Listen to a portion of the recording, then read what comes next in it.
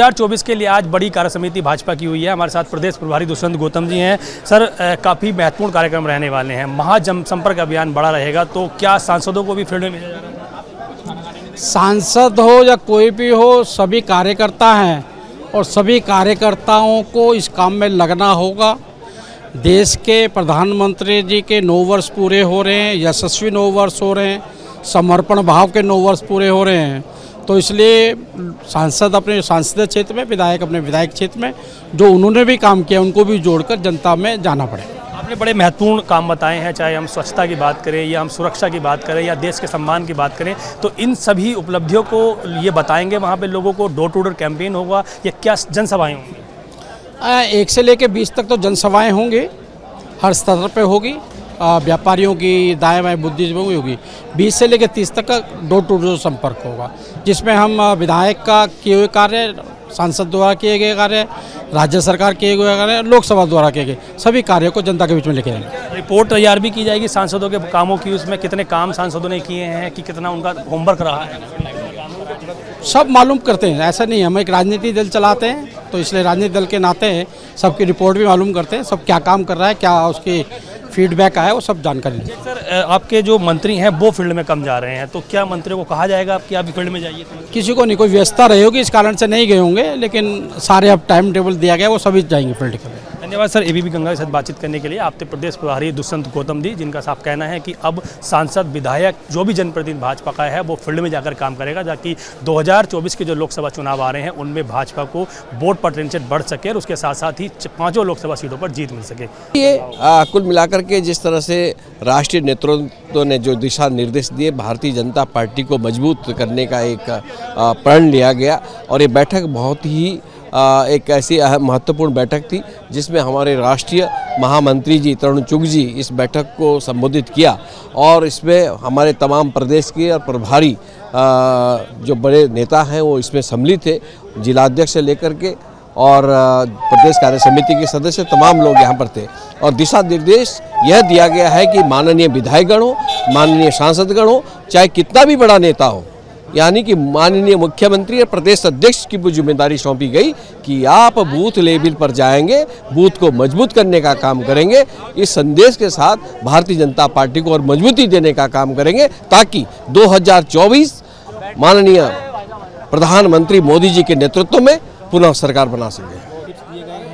क्या निर्देश आपको दिए गए? भारतीय जनता पार्टी में लगातार कार्य समिति के माध्यम से जो नया बदलाव करना होता है तो कार्य समिति में लगातार बताया जाता है, तो उसको जनता की सेवा के लिए कितना ज़्यादा उपयोगी हो उसके लिए धरातल पर जाके आम जन तक जाकर सरकार की योजनाओं को ठीक तरीके से धरातल पर आम जनता को बताने के लिए, और उसको पार्टी के जो हमारे वर्कर हैं, जो हमारे कार्यकर्ता हैं, उनको भी मोटिवेशन देने के लिए लगातार पार्टी प्रयास करती है।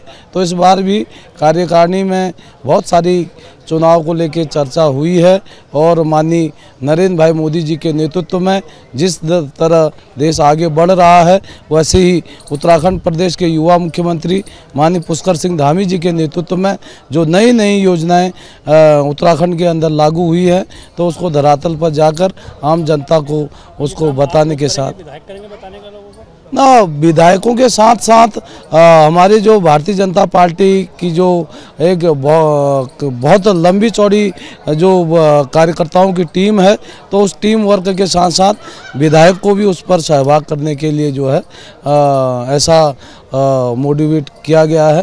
तो आने वाले दिनों में भारतीय जनता पार्टी 2024 के चुनावों के लिए पूर्णतः तैयार है, और उसको मजबूती के साथ हम सब लोग दूर दराज के गाँवों पर भी जाकर नरेंद्र भाई मोदी जी के 9 साल के काम को और माननीय पुष्कर सिंह धामी जी के जो नए ऐतिहासिक फैसले लिए हैं उन कामों को बताने के लिए प्रयास करेंगे।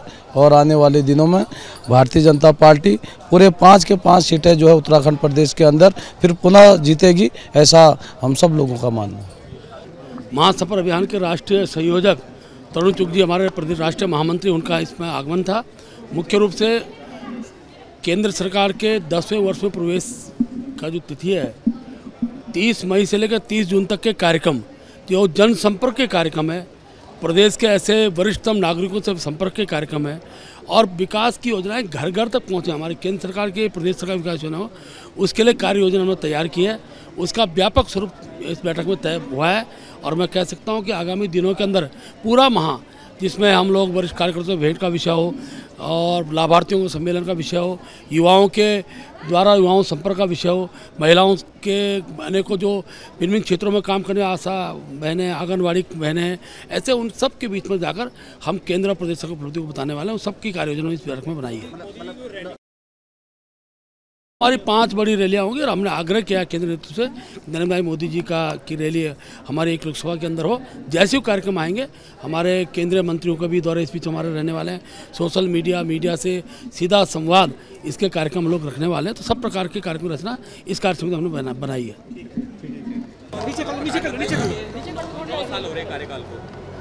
पिछले 9 सालों के अंदर देश के अंदर गरीबों के लिए, दलितों के लिए, समाज के अंतिम छोर में खड़े लोगों के लिए, पिछड़े लोगों के लिए और जो आम सुविधाएं थी उन सुविधाओं से जो लोग दूर थे, जिनको आवश्यकता थी, ये सारे के सारे काम पिछले 9 सालों में हर वर्ग के लिए केंद्र की सरकार ने आदरणीय प्रधानमंत्री नरेंद्र मोदी जी के नेतृत्व में शुरू किया है।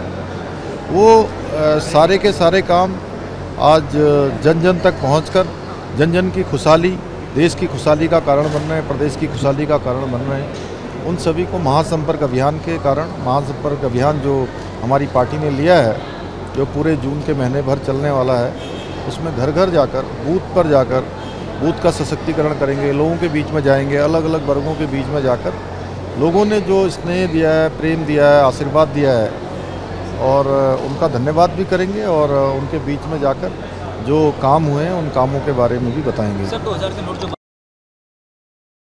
जो 2016 की नोटबंदी थी उसकी अब चर्चाएं शुरू हो गई हैं। देखिए, माननीय प्रधानमंत्री जी का मैं धन्यवाद करना चाहता हूं कि उन्होंने सत्ता में जिस दिन पहले दिन से काम करना प्रारंभ किया था उस दिन से उन्होंने कहा था कि काले धन पर लगातार प्रहार करेंगे जब तक कि काला धन पूरी तरह से समाप्त नहीं हो जाता है। और काले धन के चोट करने का, काले धन जो काला धन था उसको नोटबंदी के रूप में जिस प्रकार का निर्णय उस समय लिया गया था उसका परिणाम हमारे सामने है कि भारत आज जीएसटी कलेक्शन के रूप में हो या अर्थव्यवस्था के मामले में हो, दुनिया की 5वीं सबसे बड़ी अर्थव्यवस्था बन गया है। वहीं हमारे आसपास के देश, पड़ोसी देश किस प्रकार से कंगाली के हालत से गुजर रहे हैं ये हम सबको दिखता है। और आज जो नोटबंदी हुई है वह भी इस प्रक्रिया का एक हिस्सा है जिससे कि काले धन पर पूरी तरह से चोट हो। प्रधानमंत्री जी का धन्यवाद है और उन्होंने कहा है कि जब तक ये पूरी तरह से समाप्त नहीं हो जाता तब तक वो इस पर काम करेंगे।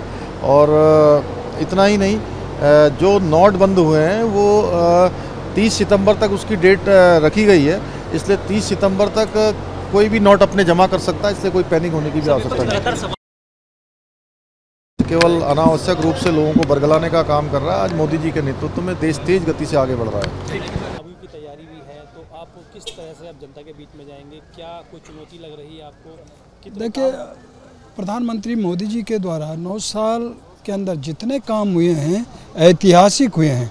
आम जन को विकास से जोड़ने का काम किया है, बहुत सारी चीज़ों में उनको लाभ देने का काम किया है और उसी को लेकर के अभी 30 मई से लेकर 30 जून तक कार्यक्रम होने वाले हैं, जो नीचे तक बूथ तक हम लोग जाने वाले हैं, सम्मेलन होने वाले, लाभार्थी निश्चित वो प्रवास तय है और भी जगह है उनमें हम लोग जाएंगे, सभी जगह जाने वाले। लेकिन मैं कह सकता हूँ कि आज प्रधानमंत्री मोदी जी का जो विकास का मॉडल है, जो विकास के कार्य हैं वो आम जन तक पहुँचा है और जिसके कारण देश नहीं तो दुनिया के अंदर भी प्रधानमंत्री मोदी जी इन्हीं विकास के कारण सर्वमान्य नेता कहलाए हैं।